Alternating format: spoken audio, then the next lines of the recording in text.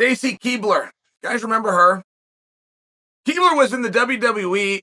She was associated with George Clooney for a number of years. Went on Dancing with the Stars. Did a really, really good job on Dancing with the Stars. So, Stacy Keibler. Okay, now picture this. Vince McMahon in his office at Titan Tower. Vince is having a conversation with The Undertaker. Stacy Keibler calls up, gets a hold of somebody in the office that walks in and interrupts Vince's meeting. Says, hey, Stacy Keibler's on the phone and she wants, and she started making demands. In this particular case, it was just a private locker room and it was going to be serviced with food. She gets to the arena, she'll have her own locker room, she'll have some level of catering for it. The guy comes in and tells Vince, I got Stacy on the phone and here's what she needs. And you must understand, this happened because she went on Dancing with the Stars. Vince gave her a hiatus to go do this thing, which she did really, really well and got a whole bunch of attention, and now decided that when she comes back to Vince, things are going to be different. So Vince, while talking to Taker, stops a minute to listen to this guy say that Stacy needs her own locker room with fruit, and it had something to do with pineapple. And at any rate, Vince looked up to the guy and said, fire her, and goes right back to his conversation with The Undertaker. So about another 20 seconds go by, and this gentleman is still standing there. So Vince looks back and says, can I help you with something? And he says, well, I got to know how to handle this Stacy Keibler thing. She's literally on hold, Vince. Vince said, I already told you, fire her.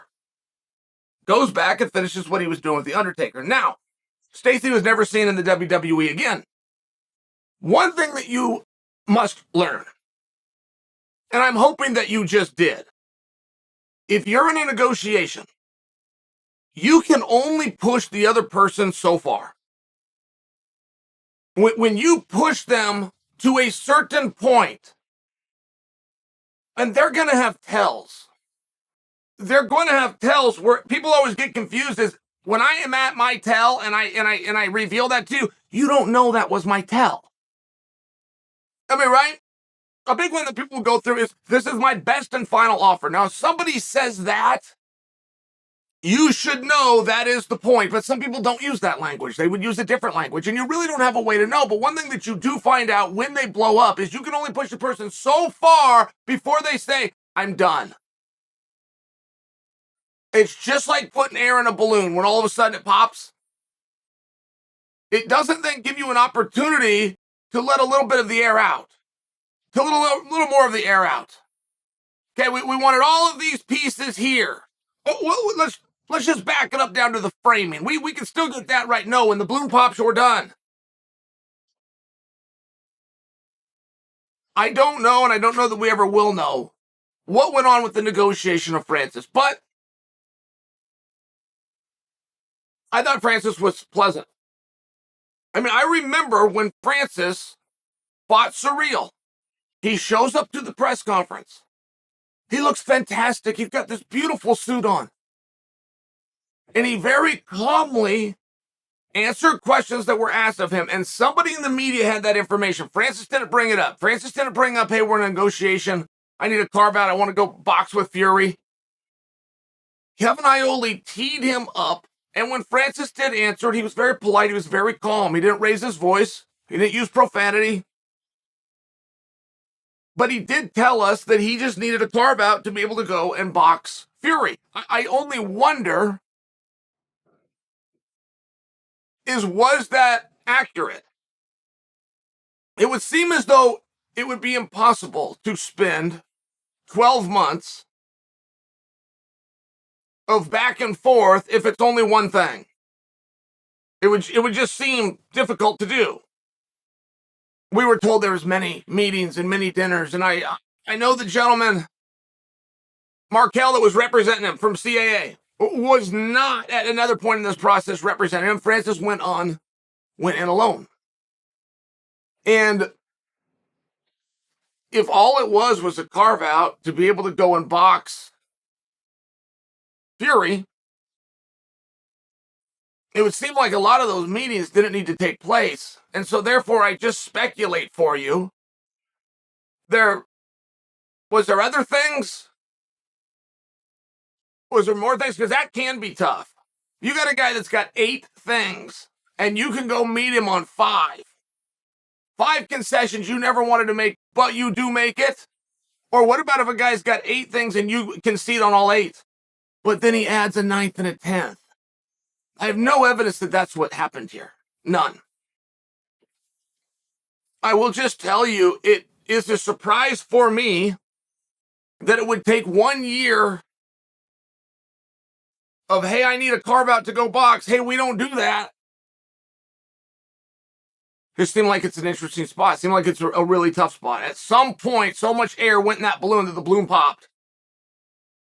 At some point, Stacy, not only thinking she needed a locker room, but that somebody's going to go and get her fruit, more specifically pineapple, got her walking papers.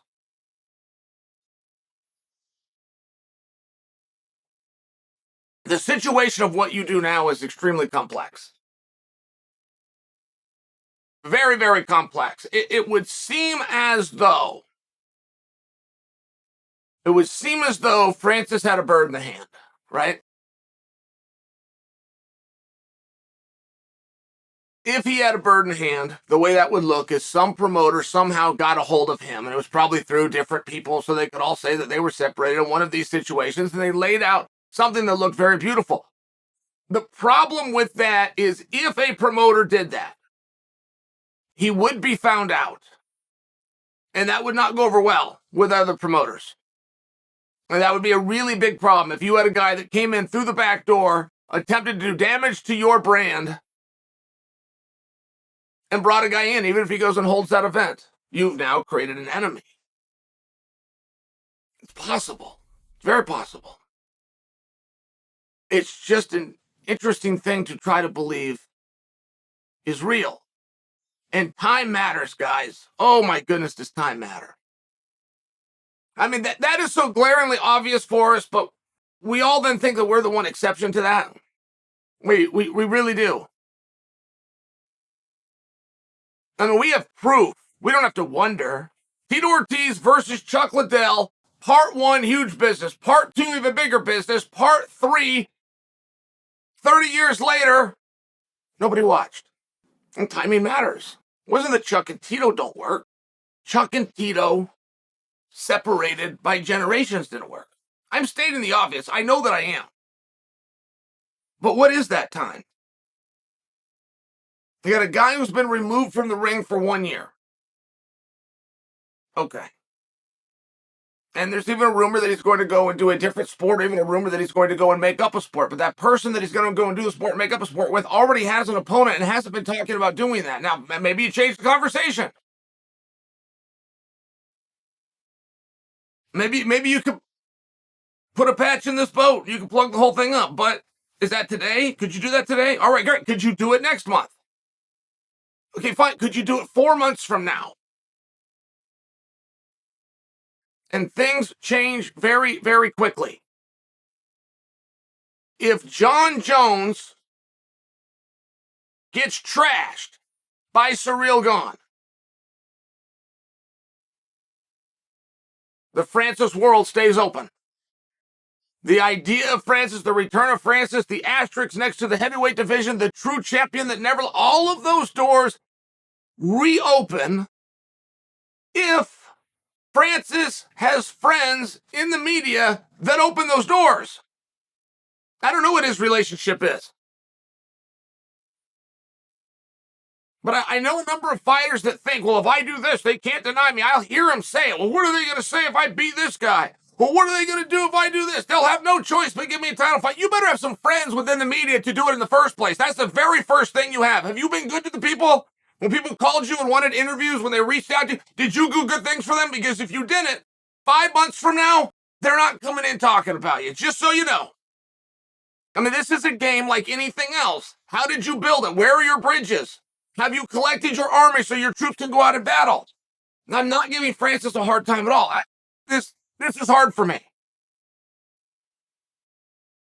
This is a life-changing decision.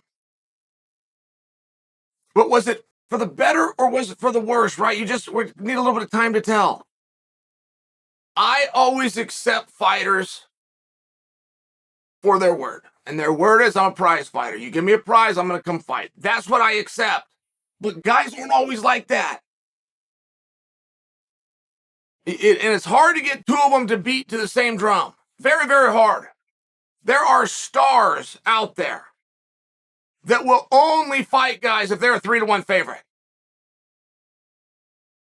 Not only does everyone have to think I can beat this guy, I've got to think I can beat this guy. The audience has to believe I can beat this guy. This guy's team has to believe that I can beat him. Everybody must believe that I'll beat him. In which case, I'll show up and try to do just that. But there are other guys, equal draw, equal star power, that will not step in there unless they're a 3-1 underdog. I want absolutely no pressure on me. I want nobody to expect anything. I'm supposed to go get trounced so that if I do, everything's fine and I get the bravado and the bravery for stepping into such a hard situation. They never do it for the win. I mean, just so you understand, these big name guys, these champions, these guys that you're looking up to, they never make a decision based on the win. The entire decision that they will put into a match for what I should be paid, what the placement on the card be, how many rounds, where we're going to do it, is for if I lose. Nobody wants paid to show up. Nobody wants paid to win. Nobody cares about the bumps and the bruises it takes. That's all made up, and that's in your mind. Every decision the fighter will make before he comes to the table and decides if he's going to do that contest is how will it look if I lose. So what do you do now? Where do you go from here? Go fight easy guys and you try to make some money? I mean, there's a cap on that stuff. There's a real cap. There's guys that have to have opponents. Most athletes, they have to have an opponent to draw. Francis did not draw when the opponent was perfect, and that was in Surreal. So what do you do now?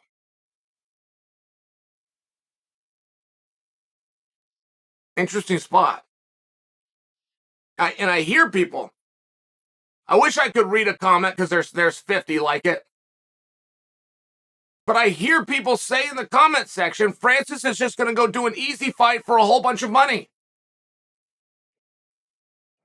Okay. Where? And against who? And for how much?